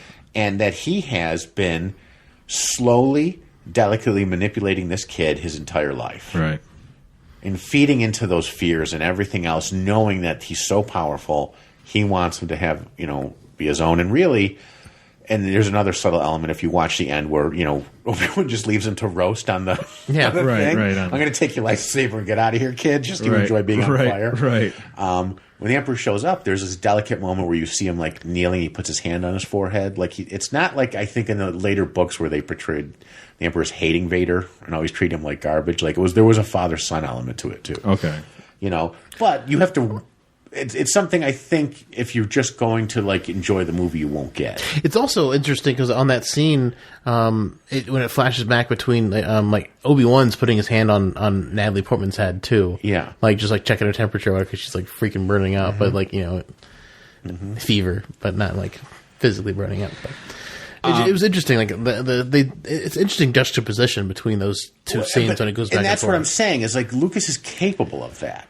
And when you really think the Rebels cartoon, not Rebels is the newer one, but the Clone Wars and everything else, right? When there were some incredible episodes of that series, really they kind of blew me away. And Lucas had a direct influence with the writers on all of those, on what his overall story arcs were. Sure, but it doesn't look. There's so many failures in the prequels that. In the prequels, I think you're right. They became so enamored with the special effects, and unfortunately, the story suffered. The thing is, and I don't want to get into Rogue One because we are going to talk about it in the future on a future episode here. But Rogue One, great movie, visually beautiful. The only thing I felt going away from it, because we had a discussion, if you go on the Nerdynomicon, we talked about their podcast. Podcast. We did immediately after viewing, the day opening night, 2 hours away. We recorded our reactions. It misses, and of course this is not the same, but Lucas obviously puts in Joseph Campbell's The Hero's Journey within his hero's story. This does not have any of that. No. It's just a bunch of jackasses in the Star Wars universe. And that's where I think it kind of goes away. And I know the prequels don't really have the hero's journey as much. It kind of it has maybe little echoes here and there because it is Anakin. But I don't know. Just like Star Trek, I feel like your science fiction should have something that's going to be. It's not just that guides it. It's just not us out in space. Well, I actually qualify. I think I see there's a distinction between sci-fi and science fiction. Sure. To me, the way I would define it, science fiction is just more, I think, story driven. A movie like Fifth Element, which I love, I think that's science fiction to me. Whereas sci-fi is, I think, more of the pure entertainment, sure, but type things. But they're. With Rogue One, I think what they're trying to show, they want to make a Star Wars movie, of course, but also that there's all these little side, these people you don't know about, all these little side, and that you don't need to know about. That you don't need to know about, right? But they're getting their ground. They paid $4 billion for Star Wars. They're going to do what they, I guess what my point is that I always feel that most, especially science fiction, not so much fantasy because fantasy is a little different. It can be, but I always felt that a good science fiction story, no matter how it's based, if it's hard science or if it's soft science like Star Wars, it should have some sort of moral underlying story that's trying to like a great Twilight Zone. You're right about that. If you think back to I was a big Transformers fan when I was a kid. Sure. And I watched all those cartoons. Now they just wanted to sell us toys. Make no mistake. Of course. They just wanted to sell us toys, but they couldn't help but give you an ethic lesson along the way. Right. And your morals along the way because that's what you did. You have good and evil, etc. And I think those lines get more blurred. Right. with a lot of stuff now. Well, Yeah. And just to go along with that is that something that's kind of like come to my attention, and I don't know if anybody else has picked up on this.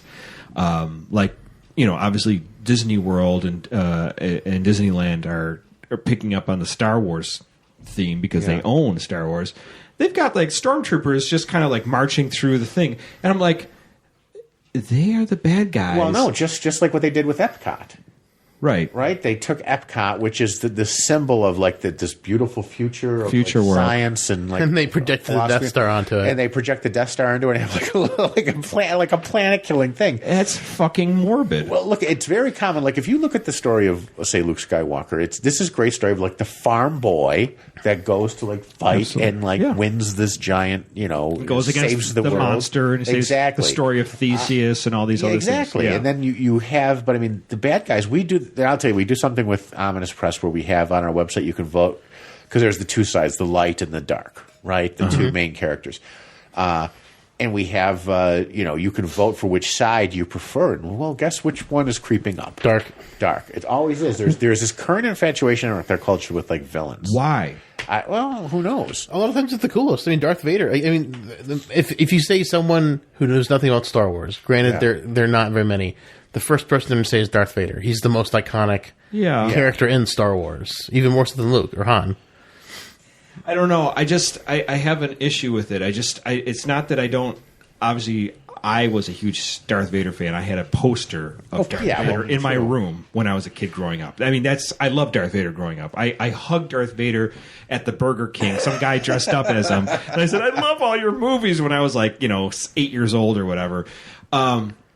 That all being said, I feel that like stormtroopers marching through Disney World as like it's like, why don't we just have SS guards marching through? Disney World? And that's the thing. It's like I think, and part of it's that storytelling. When you think of like Vader and like Anakin Skywalker, is what he never gave himself completely over, and he had to live like so many years of knowing like he created this kind of Nazi hell. That existed. Yeah. Like that conflict was in him the whole time. Like and that's another thing. If you really look at the prequels and you see like Naboo, right? The ships, everything was beautiful. Right. Technology. Why the Emperor was so successful is because like they had achieved this level of society where like war on that scale just simply didn't exist. Right. So like the droid army, like it was just a real problem, and then they had like manipulating with the clone army and setting all that stuff up. No one knew what to do. The Jedi just kind of jumped in and like started fighting. And it was but yeah, Vader was responsible for creating essentially what was like Nazi horror like upon the entire galaxy. Well, I mean, obviously, George Lucas was pulling off, the Nazi, stormtroopers and everything like that. I mean, that obviously that's all a callback to that. It just to me is like now we have elevated in our pop culture, and I think we've as collectively, because there's not many World War II, survivors left in our society. I don't think we remember the crazy batshit stuff that happened. Oh, I know. Of course we don't. And I mean, obviously, I was not alive for World War II, so I don't know. But I have read and known enough about history to know how crazy it was. But I think a lot of people don't freaking know. Well, just like there's one of my favorite was it memes or whatever you call it online, where it's like Obi-Wan giving Luke the lightsaber. Oh yeah, it's like here's your father's lightsaber. He killed 35 children with it. Right? Yeah. It's like that's what he did. He killed 35 kids, and I maimed him and left him for dead. And I took this as a memento for me. I mean you. Yeah. No, I cut off the rest of his limbs and left him on a volcano. Yeah. I guess the whole thing is that. I have an issue when it comes to we've elevated the dark side of everything. Like you said, the Epcot symbol planet thing turned into the Death Star. That's freaked out. And I'm not going to lie. I mean, I love the Death Star. I love all that stuff. It's fun, but I wouldn't elevate it to that status. But it was a Star Wars celebration they were doing. And, like- I mean, it's not like they could project. Well, I mean, I guess they could project an X-wing on it, but Aaron's it wouldn't talking be to the like a same. larger point. And- Like you're talking about like what you're celebrating is like the worst. What are you celebrating? Thank you. That's exactly what I'm trying to say. And like we were saying before we start recording, we were talking about Zack Snyder's version of DC and Superman. How it's this dark side of It's like everything. really dark blues and like maroons. Yeah. instead But of it's like, just even bright reds and bright even the blues. feeling of Superman. Superman should have been this high ideal of of somebody that maybe you will never become Superman because you're not an alien from Krypton. But he could kill everybody in the planet. Yeah. But he won't. If you really want to, and what I believe is like the truest interpretation of Superman. Now that we've gone off on a different tangent here, Way off. Way off. We'll come back to Star Wars.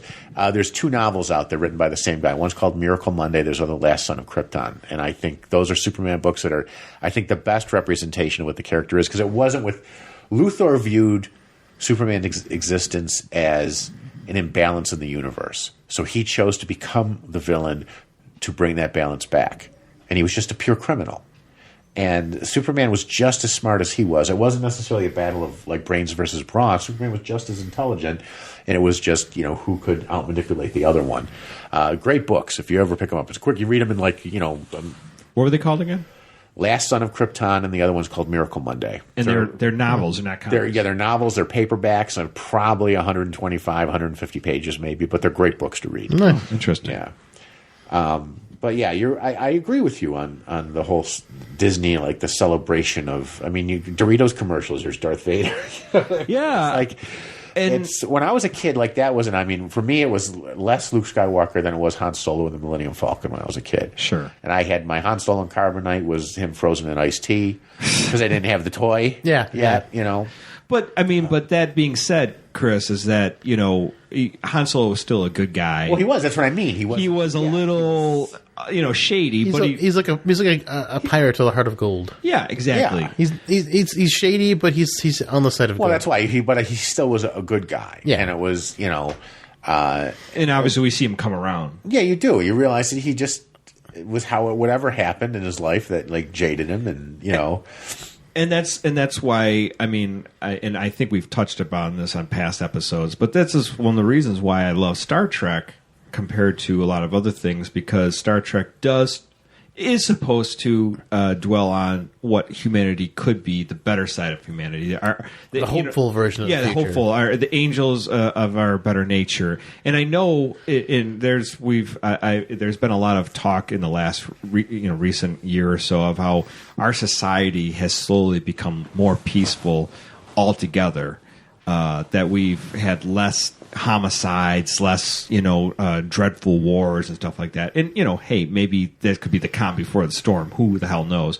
But as on par, we have become a better in society. And I'm just hoping that we continue to become better. I don't know if that's going to happen, but that's a different story. I mean, but that's what I would want.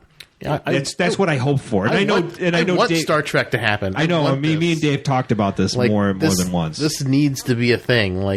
We put away stupid prejudice. We put away our small-mindedness. I think if you're looking at it from like a realism, you're going to inject that perspective into it. I mean, it's the only way we'll really survive as a species. Sure, absolutely. If we get over like the petty nonsense, and that includes like not just people getting along with one another, but even things like religion. Oh, yeah. Which I mean, they didn't have the courage to truly touch on it. I think in the series as much, but it was clear from some statements made that they had kind of moved beyond that.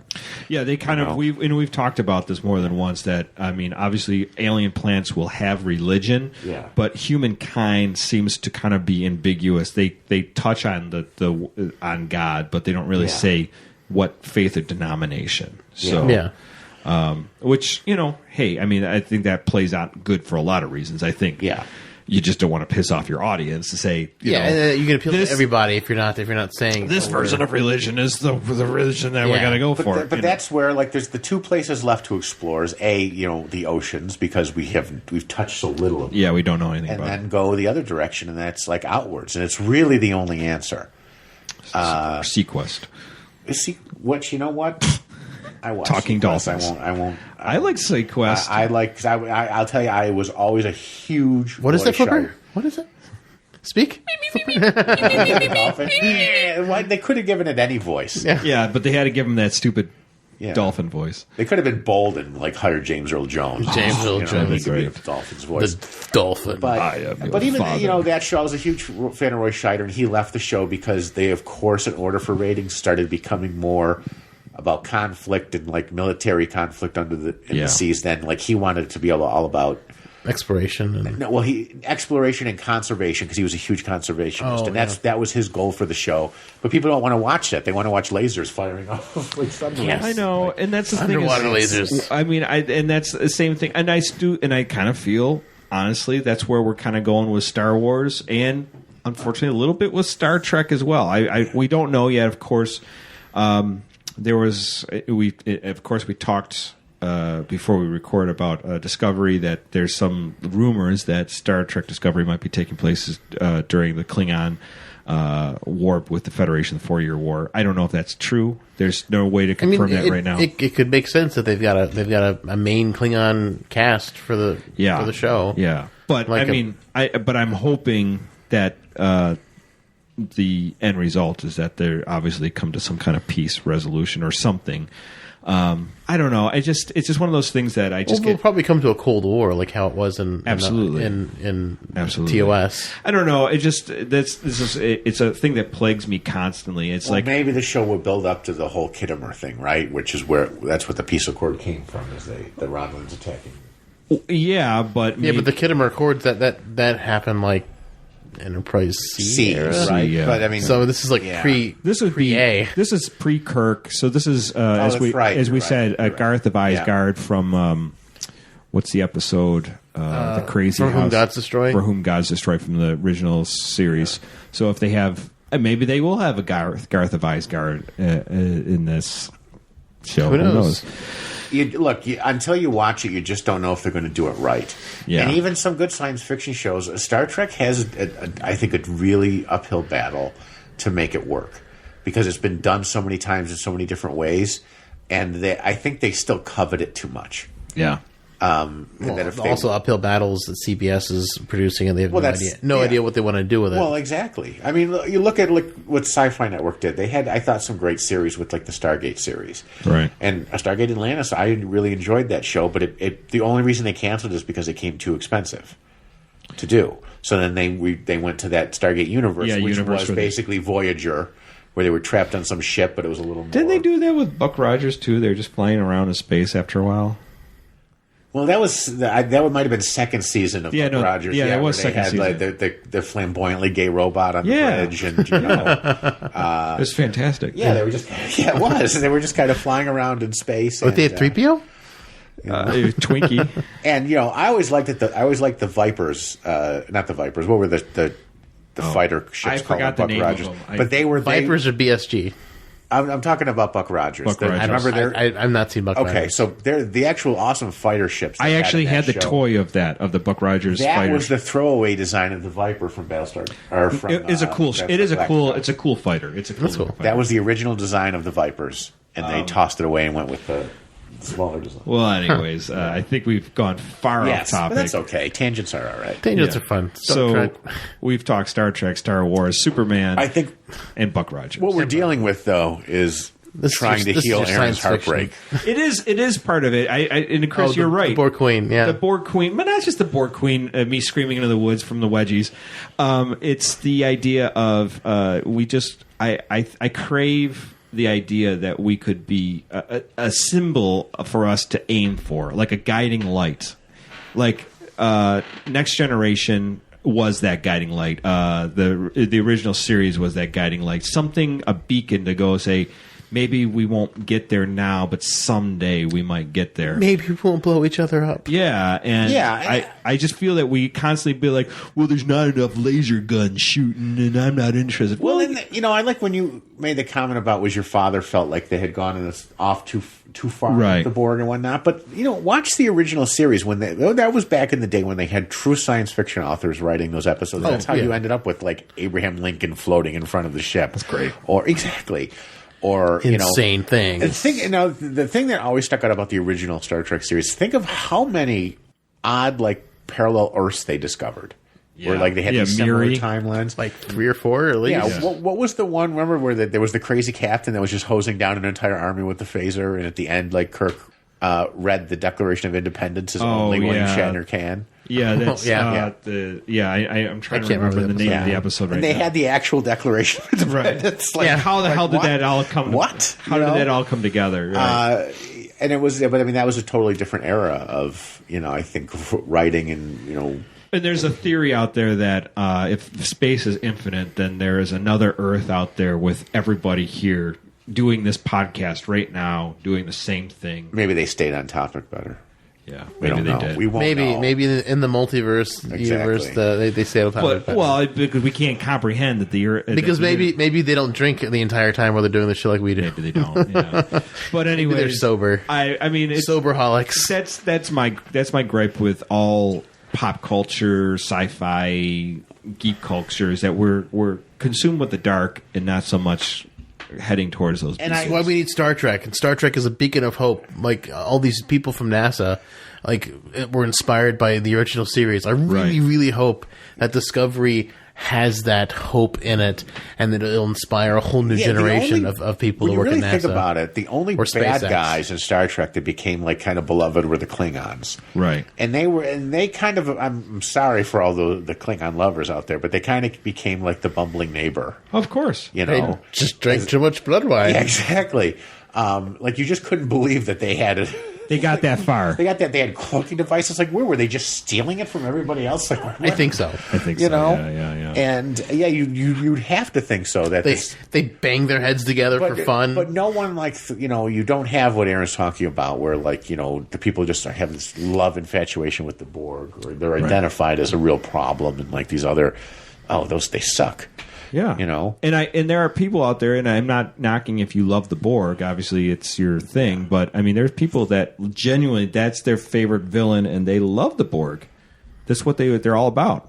And I argue with my friend about Deep Space Nine because it was his favorite of all the. Well, it's Dave's my favorite also. But my problem was the Dominion was basically look, you just stay away from us. We'll stay away from you. You stay away from us. It's kind of the attitude they had, and it was the Federation that decided to send a bunch of Galaxy ships over to show them what was what. It's come on, they got their asses handed to them. I mean, they had gotten captured. Cisco gotten captured. They sent a singular Galaxy class over to help rescue them because it was Quark and Cisco and Jake and Nog. All captured, so they send a Galaxy. All throwaways, but there was another point where they sent a few in, just to kind of. Well, they sent one in, and then they get kamikazed by the Jem'Hadar ship. Right. But my point being, I think that's where you saw the turn where it was a common thing with shows at that time, where it became us in space. They engaged in chemical warfare, of course, and we've talked about one of your favorite episodes more than once is Pale Moonlight, where Cisco draws the Romulan Empire into the war against the Dominion by basically lying them in murdering, and sabotage, just to bring them in. And I've listened to different people and different philosophies of how the ends justify the means and all that stuff. And there's some arguments to it, I guess. But I mean, sometimes in the time of war, you do need somebody to get down and dirty and take care of things that you wouldn't do normally. But that being said, Star Trek, I always felt, is supposed to be smarter because that shouldn't have been necessary. Even though you have races in conflict in that show, they all have, which was established in Next Generation. All those humanoid races have a central origin from a species that seeded the universe. They all knew it. Yeah, they are all related to each other somehow. But at the same time, it's if the Dominion or the Borg are like this, that they're not a threat to one group. They're not a threat to the Fed. They're a threat to every planet, every race. Dominion, basically the same thing. There should be this coming together of minds of we have a problem. And we need to get together and work on this instead of poisoning and murdering. And but of course, as anything, even World War II, America wasn't really keen on joining in the fight in Europe when you have the Nazi and Japanese That's threats. right, because the same thing with the French. I mean, it was the losses of World War I were so devastating. They just didn't want to do it. The United States had become xenophobic, and that's why we did the Lend-Lease Act. And the truth is, we knew that the Japanese were going to attack us. We just didn't know where. Right. We knew attack was imminent, and the government, for whatever, they kind of just knew that's what it would take to motivate the populace to say, okay, now we have somebody's ass to kick. Right. And that's how we got into it. And FDR was cunning that way. Yeah, he was. He was very cunning, but that's it. If I were to announce my biggest beef with some like things in Star Trek and some other shows is when it is us in space. It's like how we can identify now with what we would do now.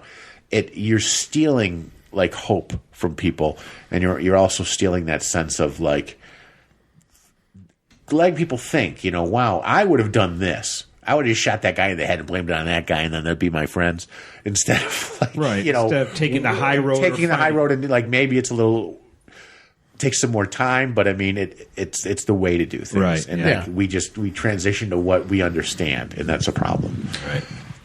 Well, hey, we got these are problems we're going to wrestle with probably for the rest of our lives, and I'll be screaming in the woods for a very long time. Why are you hanging out in the woods so much? Oh man, well, it's the only time. Are you one of those clowns that just hang out by the edge of the woods? I'm actually I'm more like burying things. Yeah. No, I'm more like Clint Eastwood and Paint Your Wagon, singing to the trees. I talk to the trees, but they don't listen to me. But anyways, it was great talking about this. I mean, obviously, we've went way and off everything track. else that we talked about. Best of both worlds, great episodes. It's just great. I mean, like I don't have an issue with this. No, there's nothing to complain about this episode. Oh no, it's a great Star Trek episode. It's not episodes. And there's nothing really to. I mean, besides maybe Shelby's hair. Shelby's hair is a problem. Yeah, it dates. It doesn't. It doesn't track well with. And you had that great. Who do you think you're messing with? Moment with Data and Ucutus at the end when he grabs his arm. Yeah. And he's just looking at him like, hey, you nothing to me. Yeah. I'm going to go take this from you now. Yeah, just let me rip your hand off. Exactly. I just like how he looks at it too. All those LED that was lights. my hand. If he pulled it off and just fluid shot all over him. Yeah. But anyways, I digress. Well, Dave, who provides all our music? Oh, our music is provided by Warp 11. You can find them at warp11.com or Warp 11 on Twitter. You can find us on iTunes, Stitcher, Google Play Music, iHeartRadio. Rate us and review us, please. We need ratings and reviews so we can get up in the charts. Absolutely. Let us know how you think. Give us stars, many Star Trek stars. Email us at synthaholics@yahoo.com if you have any questions, concerns, idea topics, or just anything we've said before that you want to comment on. Things that you scream out in the woods at night. What do you scream out in the woods? At night. When you're by yourself. At night. At night. Especially at night. Like, come back here. Get over here. Damn raccoons! You can run all you want. You can run, all but kinds you of can't things hide. he's yelling in the dark. We also have a Patreon. If you think the shows are worth $1 or more than $1, Throw a buck a month. What's a buck a month? You spend more of that on coffee and hamburgers and feeding children overseas. Yeah, exactly. Less than $1 a month, you can support a Synthaholic. I know. Right. And also Guy, and that's at patreon.com/Synthaholics. If you want to support Guy and all the work that he does with USS Tamerlane and Witches of Flame, and just because he's an artist in general, you can check out his Patreon at patreon.com/GSDavisArt. And check out his comics as well. He's got some great online comics, like he said, USS Tamerlane. Witches of Flame. And he also does his podcast, Geek Tank. Geek Tank, Rocky Mountain Geek Tank. And we're having him and his co-host come on to talk about Rogue One later this month. Yeah. Also, with spoilers. Just tons and tons of spoilers. If you want to hear more spoilers about Rogue One, you can check out the Nerdy Nomicon. They did an episode earlier in December. Hilarious. Yes, it is very funny. We are off the chain on that one. With careful. Robbie from the Geekyverse and Josiah from... Robbie from Artful Gremlins, the Nerdy Nomicon, and Josiah from the Geekyverse. We did a 4-way conversation. It was a lot of fun. Yeah. And we'll be doing more roundtables with them in the future on their shows. And Chris, where can they find you and Ominous Press? and everything else that you're in the many things. How can they send you more movies to watch? For that, that would be BuffaloDreamsFilmFest.com.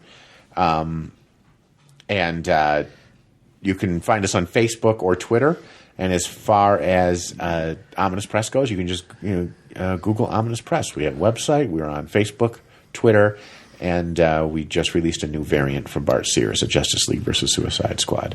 Awesome. Very nice. Triptych cover, 3 connecting covers. It's great. pretty sweet.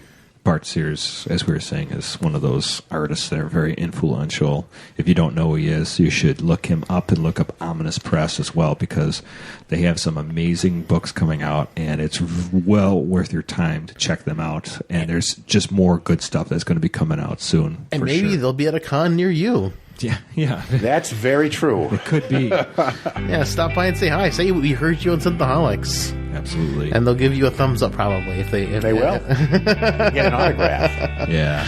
Yeah. Well, check it out. We just hope that you have a great 2017. I hope you keep listening to us because, hey, we love talking about Star Trek, Star Wars, Superman, Buck Rogers, everything else. Science fiction in general. Yeah. We love it. We love it. We love talking with you. We love spending time with you and just getting to know. And we love answering your emails. So, of course, you send us just, if you want to just tell us how your day was, we'll read that on the air and we'll respond to it. And Aaron wants to take you out into the woods and yell things. Scream things with me in the woods. In his nondescript van, as he explained it to me. Yes, Aaron. Let's not talk about the van because that's going to get me in trouble. Okay. No serial killer van here. No. Shush. I arrived and was told, just go park by the dumpsters. By the dumpsters. I'll tell you about back later. Easy to put the body parts in there. That's my apartment complex dumpsters, you hear? Man, those things were full after Christmas, man. They were overflowing. Full now. Now they are, body parts and all. Extra full. Well, thank you all so very much for listening. You know where to bury your body parts. Live long and prosper, everyone. Happy 2017.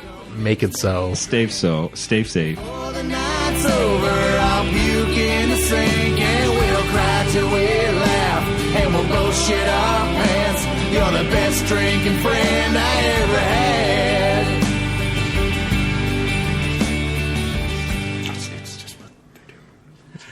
I'm serious. I was like getting ready to doing that thing they do. You're going to go help get Hunter into bed? I said, well, I'm leaving. Well, yeah.